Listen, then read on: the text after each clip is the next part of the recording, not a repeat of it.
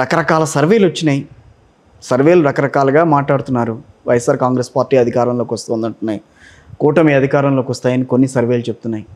So గ్రౌండ్గా మీరు చాలా నియోజకవర్గాల్లో తిరిగి వచ్చారు, మీకు అన్ని వాస్తవాలు తెలుసు కాబట్టి మీరు ఇచ్చే ప్రిడిక్షన్ ఏంటి అసలు ఆ విషయంలో? నేను ఇంతకుముందు కూడా చాలాసార్లు చెప్పా కూడా 125 స్థానాలకి తక్కువ రావు కూటమికి. 125 తప్పు కాకుండా ఉంటుంది. బట్ ఆ గాలి అంతా చూస్తే 150 దాకా వెళ్ళినా కూడా ఆశ్చర్యం లేదు. మరి అక్కడ వైనాట్ 175 అని చెప్పి వాళ్ళు చాలా ఇప్పటికీ రేపు జూన్ 9న ఏర్పాట్లు కూడా చాలా చకచకా చేసుకుంటున్నారు. అదే వైనాట్ 175 అంటే దానికి ఒకే ఒక కారణం మెంటల్ ఇల్నెస్, అంతకుమించి వేరే కారణం ఉండదు. ప్రజాస్వామ్యంలో ఎవడైనా పోటీ చేసే సీట్లు వేసి నాయే అన్నా అంటే అంటే ఒకటి గతంలో 151 సీట్లు వచ్చినాయి, ఎప్పుడు ఆంధ్రప్రదేశ్ చరిత్రలో లేనిది కదా. వచ్చింది. ఇప్పుడు గతంలో ఎన్టీ రామారావుకి 94లో కూడా మరి కూటమి కలిపితే 256 స్థానాలు వచ్చాయి. 256 కాదు, ఇంకెక్కువ వచ్చినాయి. కేవలం 26 స్థానాలే ప్రతిపక్షం కాంగ్రెస్కి వచ్చాయి 275కి. ఉమ్మడి ఆంధ్రప్రదేశ్ 296కి 296కి ఉట్టి 26 వచ్చినాయి. అంటే సో 270 స్థానాలు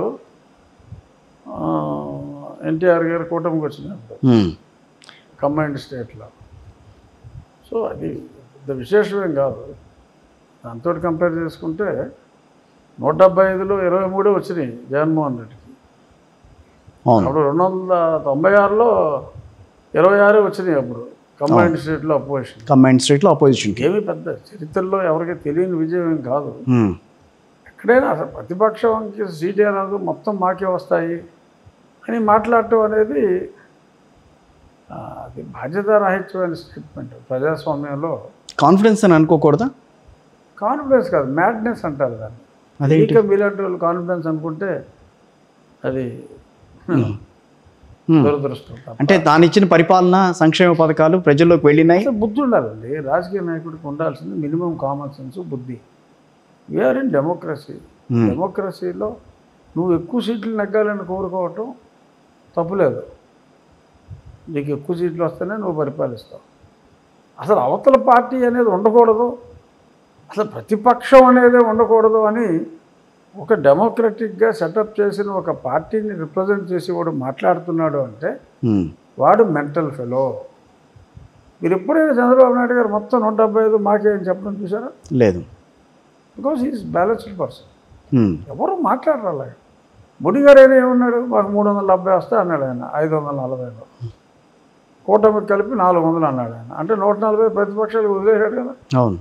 ఆయన ఇలా లూజ్గా క్రాంకీగా మాట్లాడవచ్చుగా, ఈసారి 540 నాయే అని. 30% వదిలేశాడు కదా ఆయన. అవును.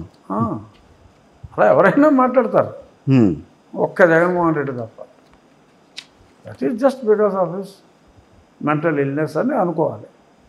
మొదటి నుంచి అంటూనే ఉన్నారు కదా 175కి 175 సీట్లు గెలవాలి. మొదటి నుంచి అదే ఇల్నెస్ ఉందని చెప్తున్నాం. Otherwise no one would utter that word. ఇప్పుడు లేటెస్ట్గా కొన్ని మనం దానికి సంబంధించిన ఒక వార్తలకు సంబంధించి చూస్తే ఈసీ బీజేపీ ద్వారా తెలుగుదేశం పార్టీ ఈసీని ప్రభావితం చేసింది అని చెప్పి ప్రస్తుతం ఉన్న ఆపద్ధర్మ ముఖ్యమంత్రి గారు కాదు కానీ ఆపద్ధర్మ కొంతమంది మంత్రులు కానీ లేకపోతే కొంతమంది ఎమ్మెల్యేలు కానీ మాట్లాడుతున్నారు. దాని మీద మీ కామెంట్ ఏంటి? అసలు ఈసీని అధికారంలో లేని పార్టీ క్యాప్చర్ చేయగలదా? అంటే వాళ్ళని పట్టుకోగలదా? అంటే అదేనండి, అది సంధి ప్రేలాపన అంటారు దీన్ని. అంటే వ్యక్తి చచ్చే ముందు మాట్లాడే మాటలని డెలీరియం అంటారు ఇంగ్లీష్లో, తెలుగులో సంధి ప్రేలాపన అంటారు. మృత్యు ముంచుకొస్తున్నప్పుడు ఏం ఆడతాడో అడిగి తెలియదు. అలాంటి మాటలు ఇవన్నీ. తన ఓటమిని ఎవడో మీదకి తోసేయటం. ఈసీ న్యాయంగా లేదు, లేకపోతే తెలుగుదేశం వాళ్ళు అక్రమాలు చేశారు. పిన్నెల్లి రామకృష్ణారెడ్డి దగ్గర వేరే వాడు అక్రమాలు చేయడం ఏంటండి? ఆ ఒక్క వీడియోనే బయటకు వచ్చింది, గతంలో తెలుగుదేశం చేసిన వీడియోలు బయటికి రావట్లేదని చెప్పి అని అంటున్నారు వాళ్ళు. ఉంటే వస్తాయి.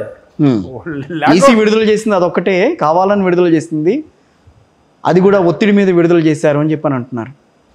అంటానికి ఏముంది, ఉంటే రిలీజ్ చేయొచ్చు, లేవు దాంట్లో నిజాలు లేవు అసలు ఎక్కడ అట్లాంటి అసలు వచ్చే అబద్ధం అది. అసలు తెలుగుదేశం వాళ్ళకి వాళ్ళ బ్రహ్మాండమైన మెజారిటీతో నెగ్గుతూ ఉంటే బుద్ధుడు ఎవడన్నా అలాంటి వాటి జోలికి వెళ్తాడా? ఇవన్నీ ఓడిపోయి కూడా చేస్తాడు. కాదు రఘురామకృష్ణరాజు గారు, మీకంత కాన్ఫిడెన్స్ ఏంటి తెలుగుదేశం పార్టీ కూటమి మాత్రమే రాబోతోంది రేపని చెప్పడానికి? కాన్ఫిడెన్స్, కామన్ సెన్స్ చూస్తున్నాం కదా.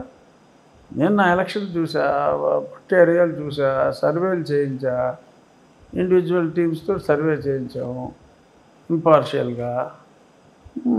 చూస్తే మాకు అసలు ఖచ్చితంగా పోతుందరా ఈ సీట్ అంటే చెప్పడానికి లేకుండా పోయింది. అది మీరు చెప్పిన దాన్ని బట్టి చూస్తే 127 సీట్లు అని అంటున్నారు. 125 లీస్ట్ 125. గవర్నమెంట్ ఫామ్ చేయడానికి 88 కావాలి, 125 దాకా వెళ్ళిందని అంటే అది గాలి ద్వారా వచ్చిందా లేకపోతే ప్రభుత్వ వ్యతిరేకత వచ్చిందా? అక్కడ ప్రభుత్వ వ్యతిరేకత ప్లేడ్ ద కీ రోల్. ప్రభుత్వ వ్యతిరేకత అని కాదు, జగన్మోహన్ రెడ్డి అంటే ఉన్న వ్యతిరేకత, ఆ వ్యక్తి మీద ఉన్న వ్యతిరేకత. ఏంటని అంటారు అంత వ్యతిరేకత అంటే? ఏ విషయంలో?